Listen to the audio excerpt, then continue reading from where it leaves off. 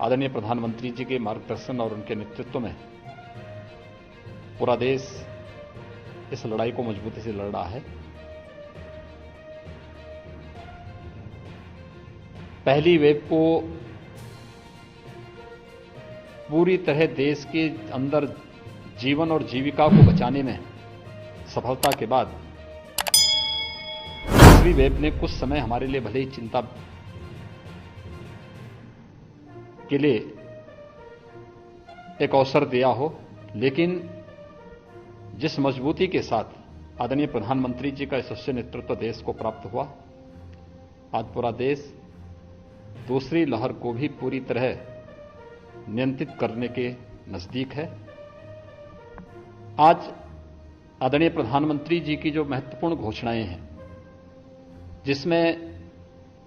राज्य सरकारों के द्वारा जो वैक्सीन खरीदनी थी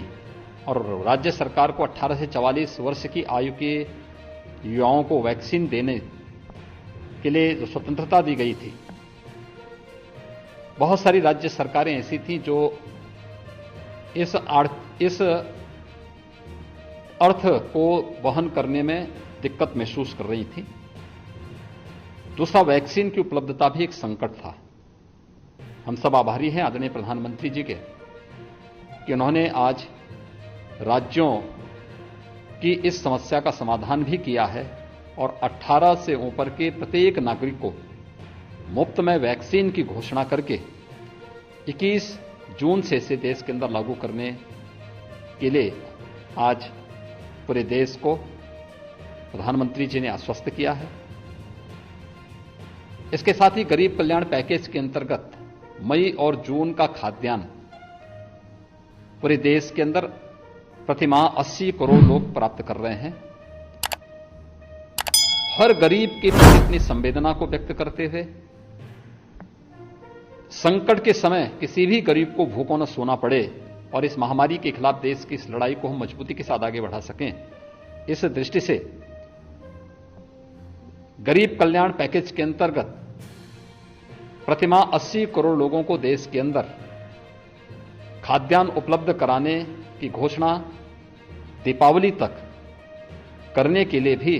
मैं आदरणीय प्रधानमंत्री जी का आभार व्यक्त करता हूं। आदरणीय प्रधानमंत्री जी ने कोरोना के खिलाफ इस लड़ाई में कोविड प्रोटोकॉल का जो आह्वान किया है, मेरी पूरे प्रदेशवासियों से अपील है कि हम सब उस कोविड प्रोटोकॉल का पालन करें, जिसमें 2 गज की दूरी, मास्क है जरूरी का पालन अनिवार्य रूप से है ही, लेकिन हम कोविड टेस्ट से न भागें। दूसरा, वैक्सीन में नंबर आने पर, हमारी पारी आने पर हम वैक्सीन अवश्य लेंगे। किसी भी प्रकार की भ्रामक और अफवाह में पड़ने की बजाय हम वैक्सीन लेकर के सुरक्षा कवच जरूर लें। मैं एक बार फिर से आदरणीय प्रधानमंत्री जी के देश के प्रति उत्कृष्ट नेतृत्व और संवेदनशीलता के लिए हृदय से आभार व्यक्त करता हूं।